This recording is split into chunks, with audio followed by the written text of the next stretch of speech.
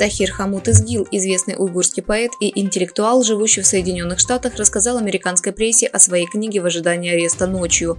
Если вы водили Uber в Вашингтоне, округ Колумбия, несколько лет назад, говорится на первых страницах недавно выпущенных мемуаров Тахира Хамута Изгила, был шанс, что ваш водитель был одним из величайших ныне живущих уйгурских поэтов. Однако «В ожидании ареста ночью» – это больше, чем просто мемуары. Книга представляет собой рассказ о жизни Изгиля с того времени, когда он вырос в своем родном городе Синьцзян, северо-западном регионе Китая, населенном преимущественно уйгурами, до усиления репрессий китайского правительства против уйгуров и, в конечном итоге, до мучительных попыток его семьи бежать из страны, прежде чем попасть в так называемые лагеря перевоспитания Пекина. Это также история политического, социального и культурного уничтожения уйгурского народа и его родины китайским государством.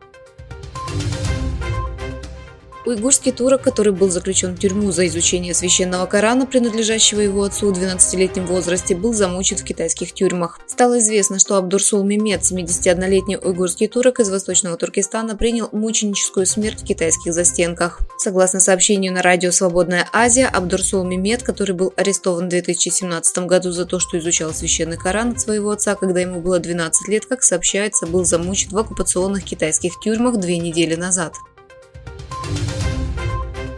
Председатель комиссии Европейского Союза Урсула фон дер Ляйен предупредила, что демонстрация военной силы Китая может иметь глобальные последствия в Южно-Китайском и Восточно-Китайском морях и Тайваньском проливе. В ходе визита на Филиппины фон дер Ляйен в своем выступлении на бизнес-форуме заявила, что ЕС будет наращивать сотрудничество с этой страной для укрепления национальной безопасности в Индо-Тихоокеанском регионе.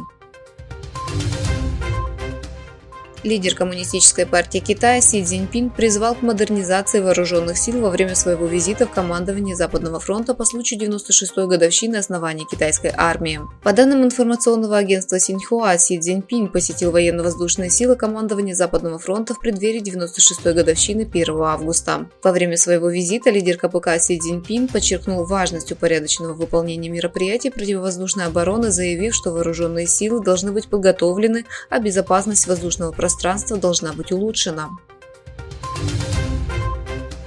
Как сообщили в Департаменте информации и массовых коммуникаций Минобороны Узбекистана, первые совместно узбекско-азербайджанские военные учения с компьютерной помощью УЗАС-2023 прошли с 27 июля по 1 августа текущего года на полигоне Черчик в Ташкентской области.